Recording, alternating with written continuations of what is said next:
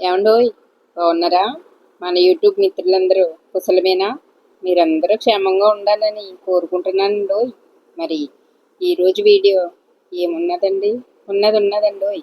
ఉండండి మరి చెప్తాను. ఇక్కడ కనిపించే సెటప్ అంతా మా ఫ్రెండ్ వాళ్ళ ఇంటి దగ్గరండి. ఇది వరకు ఒక వీడియో పెట్టాను కదా, తనే మళ్ళీ వాళ్ళ దగ్గర మిగిలిపోయిన కుండల మీద ఇంత మంచిగా ఆర్ట్ వేసి శివేని చూడండి ఎంత బాగా డెకరేట్ చేశారో. నేను ఈసారి వాళ్ళ ఇంటికి వెళ్ళినప్పుడు బాగా వివరంగా వీడియో తీసి పెడతానండి. బాగుంది కదా? సరేనండి. ఈ ఎవరో మట్టి తవ్వుతున్నారు ఏంటి వీడియో అనుకుంటున్నారా? ఏమీ లేదండి, మన గోడ పక్కన చాలా మట్టి ఉందండి.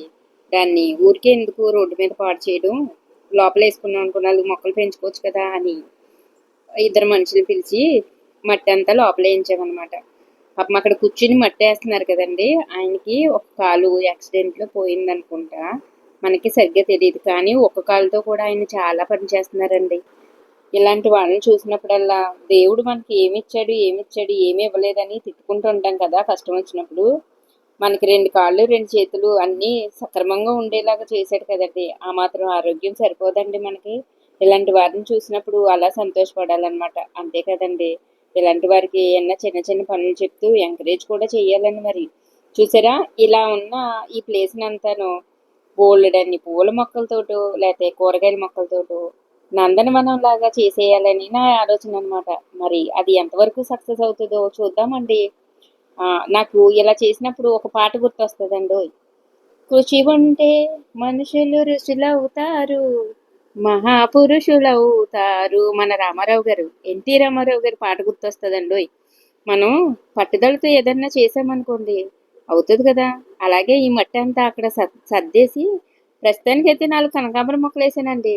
తర్వాత అయితే ఏమేస్తానో మరి చూపిస్తాను. ఇప్పుడైతే ఇలా ఉంది కదా, ఒక నెల 2 నెలల్లో దీన్ని అంతా శుభ్రం చేసేస్తాను. సరేనండి. లోపల పని ఏంటంటే, నాకు ఇప్పుడు ఈ కుండీ అవసరమైందండి. అందు గురించి ఇందులో ఉన్న ఈ చిన్నాకులు మనీ ప్లాంట్ తీసేసి ఇంకో చిన్న కుండీలో పెట్టేసి ఇందులో వేరే మొక్కలు పెడదామని ఆలోచిస్తున్నానండి. అవేంటో చూపిస్తాను రండి మీకు కూడాను. మనకి శీతాకాలం సీజనల్ మొక్కలన్నీ అయిపోయినాయి కదండి. ఏదో ఒక మొక్క 2 మొక్కలు బతికినాయి, మిగతా అన్నీ అయిపోయినాయండి. సీజన్ అయిపోయింది కదా. ఆ కుండి ఖాళీ ఉంటే ఈ చిన్నాకులు మనీ ప్లాంట్ మొత్తం అందులో పెట్టేశానండి. ఈసారి ఈ ఈ మొక్కని హ్యాంగ్ చేద్దామని అనుకుంటున్నాను. మరి ఎంతవరకు ఎదుగుతుందో చూద్దాం. ఖాళీ చేసిన ఈ గ్రీన్ కలర్ పాట్లో మాత్రం మన దగ్గర నాచు మొక్కలు ఉండే కదండి గోడ పక్కన, గుర్తుందా? ఇందాక మట్టి తీసాం కదా, ఆ ప్లేస్లో ఈ మొక్కలు ఉండే అనమాట. పందులు బయట దువ్వేసి పాడు చేసినాయి అన్నాను కదా, అప్పుడు ఈ మొక్కలు నశించిపోతాయేమో అని చెప్పి కొన్ని జాగ్రత్తగా తెచ్చి కుండీలో పెట్టి పెంచాను అనమాట. కానీ బతికినాయండు. అంటే ఒక మొక్క మిస్ అయిందనుకో మళ్ళీ తెచ్చుకోవాలంటే ఎత్తుక్కోవాలి కదా. అందుకని శాంతం వాటిని చచ్చిపోకుండా ఏదో ఒక పక్కన ఒక మూలన వాటిని బతికించాను అనమాట. బొడ్డోళ్ళు చూసారా, తను సైకిల్ తొక్కుతుంది కదండి, అది మా షన్నుబాబు వాళ్ళ చెల్లెలనమాట. వైజాగ్ నుంచి వచ్చిందండి. ఇంకా ఒకరికి 3 అయ్యారనమాట. వాళ్ళ అల్లరి అంతా ఇంత కాదండి. మా బొడ్డదని చూశారు చూడండి, తులసమ్మ దగ్గర అందంగా ముగ్గు వేస్తే ఎలా చెరిపేస్తుందో చూసారా. నేను పిలిస్తే ఎలా ఉందో చూడండి. లక్కీ